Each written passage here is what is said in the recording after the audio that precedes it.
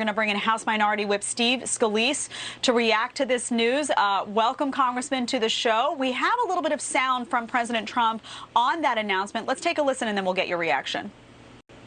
We're going to be naming the nominee. Hopefully, we'll be on that court for 50 years. 50 years.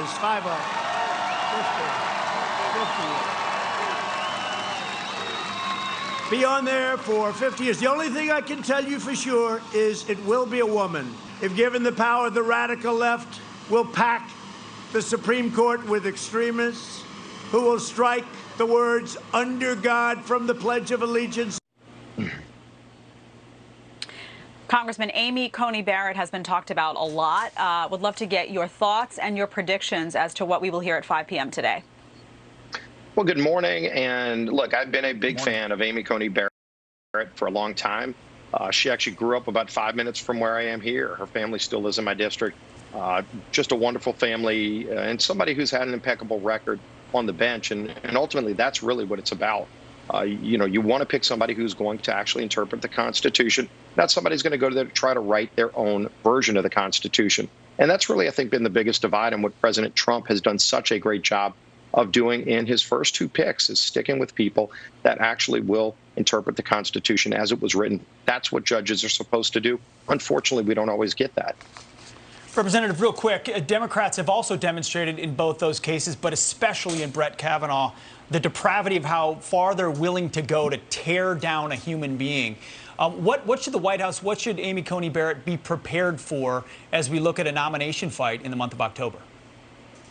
Well, if the pick by the president today is Amy, she needs to know what's coming at her. I think she saw that in our first round when she was appointed to the federal bench a few years ago. It was actually disgraceful that they attacked her for her Catholic faith.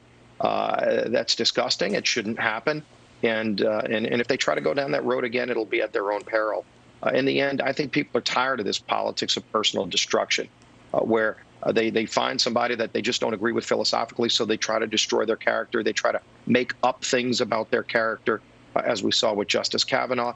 If they try to do that again, it'll backfire on them big time. I would recommend that they focus on what this is supposed to be about, and that is, what are the qualifications to be a judge? Amy's got her own record, and she's got an impeccable record.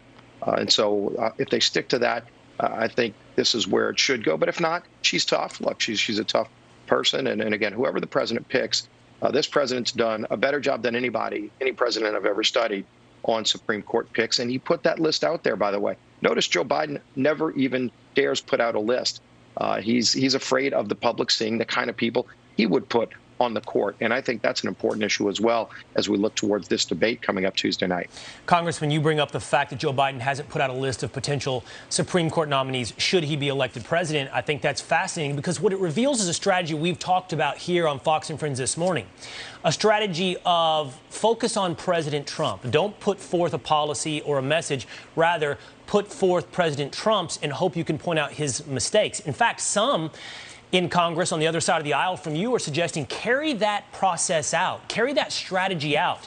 Just skip the debates. Don't even indulge. This is Speaker Nancy Pelosi talking about that kind of idea. Listen to this.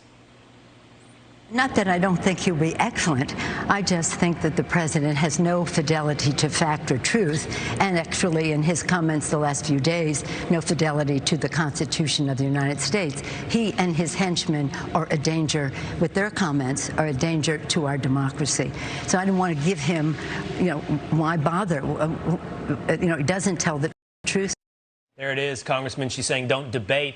By the way, is this a coordinated strategy? Let's just not put anything forward. No SCOTUS list, no debate. Let's just focus on Trump. Are we seeing a coordinated strategy here from the Democrats? Oh, look, they've been trying to hide Joe Biden in the basement for this entire campaign, and it's not working. I mean, you see Donald Trump out there with tremendous energy, tremendous enthusiasm. People love what he stands for, who he fights for. Donald Trump fights for those forgotten men and women that Joe Biden literally left behind when he was in the White House last time as vice president. We saw an evaporation of our middle class during Joe Biden. We saw all of our friends around the world felt abandoned by the United States. The bad guys got worse. China, Russia, Iran got a nuclear weapon. Donald Trump's actually bringing peace in the Middle East. He brought countries together. He's standing up to Russia. He's standing up to China right now. when they won't even stand up to China. And so, I can see why they want to hide him in the basement. And Nancy Pelosi, like if that was their candidate, I could see why they wouldn't want him on a stage debating. But he is going to have to show up. And the American people are going to demand that from both people running for office. They want to see them go toe-to-toe and talk about the vision for the future. Donald Trump's got a great vision. That's why people show up by the thousands to see him. You don't have that problem with Joe Biden. People aren't showing up because nobody can tell you what he really stands for. What they can tell you is the people around him are very much of the socialist wing of the party that's taken over. That's not where our country wants to go. Where the rioting, the violence, socialism, it's not where America is.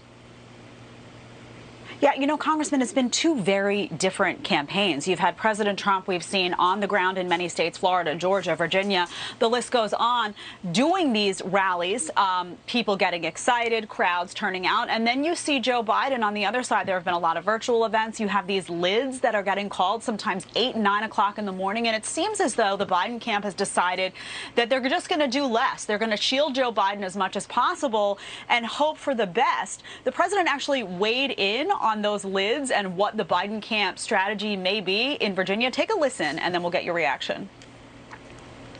We have Joe Biden representing this country. And he's on the lid. You know the lid, right? The lid is when they say, we're going to put a lid on it. And every day, early in the morning, they say, Joe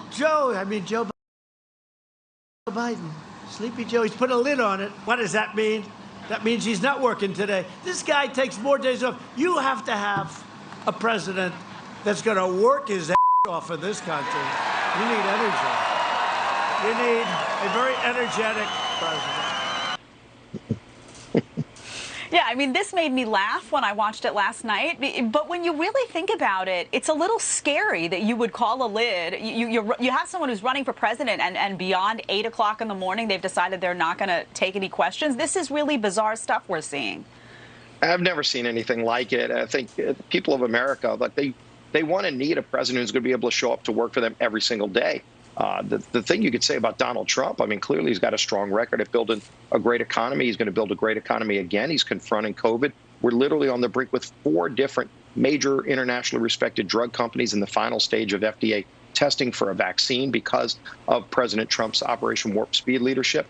But the one thing I see the most about when I'm around this president is his unbelievable energy. He just doesn't stop. He goes every single day. I don't know if he sleeps. He just works all the time. And he fights for those hardworking families of this country. And with Joe Biden, the contrast has never been sharper on both style, attitude, energy, and then, of course, ultimately on philosophy. Freedom versus government-controlled socialism. All of that's on display and will be on display at this debate. And we need to have all 3 debates. I think we will, because if Joe Biden tries to duck any of them, the American people won't put up with that. But look, he's been debating for 47 years. This is part of what Joe Biden's done. He'll, I'm sure, go out there and throw every accusation under the sun at President Trump. But President Trump is as good as it gets at going out there, fighting for the things he believes in and laying out his vision. He's got a great vision for this future. He's done great things for this country. Let's keep this progress going, and let's make America great again, as Vice President Pence says. We'll see those two styles and that stark contrast in substance, as you said, on display Tuesday night. Congressman, thanks for your time this morning. Thank you, sir. Thank you. Take care. God bless.